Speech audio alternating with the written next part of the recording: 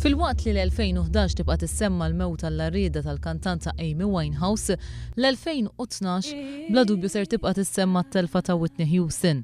Dawn iż-żewġ kantanti allegatament mietu tnejn minħabba l-vizzju ta' droga. Wara li kienet ilha żmien tħabbata ma' drogi, rapporti jgħidu li instabet mejta merqa fil-banju tagħha stess nhar il-11 ta' frar. Hija għerqet kawża tal-effetti tal-kokaina. Iżda fl-aħħar jiem ħarġet l-aħbar li Houston seta' ġiet maqtula.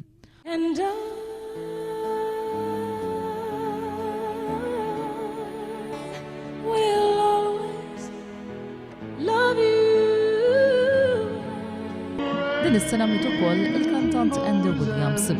Williams miet fl-età ta' 84 sena minħabba l-kanċer li ħareġlu sena qabel.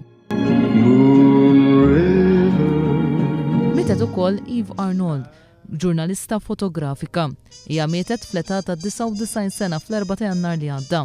Arnold tibqa' famuża għar-ritratti li kienet tieħu ta' personalitajiet differenti. You get people who have their own ideas of what your pictures should be like. If they're my pictures, they're going to be on my terms. I'm going to cut him out if I have to destroy you and all to do it. Larry Hagman, l-attur tat-teleseries Dallas, miet fit-23 ta' Novembru wara ġlieda kontra l-kanċer fi Grizmejh. F'din l-intervista 3 xhur qabel il-mewt tiegħu, Hagman jitkellem dwar il-parteċipazzjoni tiegħu fit-teleseries din id-darba modern ta' Dallas. We've ruined a whole generation. I was going to say so we hope to ruin a couple more generations.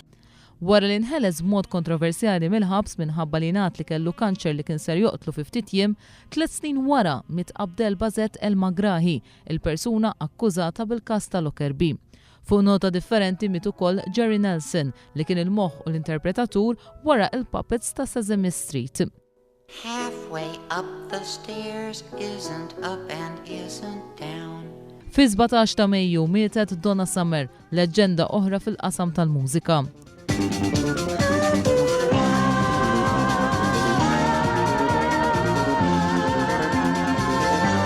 U miet ukoll l-astronawta Neil Armstrong, l-ewwel persuna li mmexa fuq il-qamar. Armstrong miet fil-25 ta' Awwissu minħabba komplikazzjonijiet f'qalbu.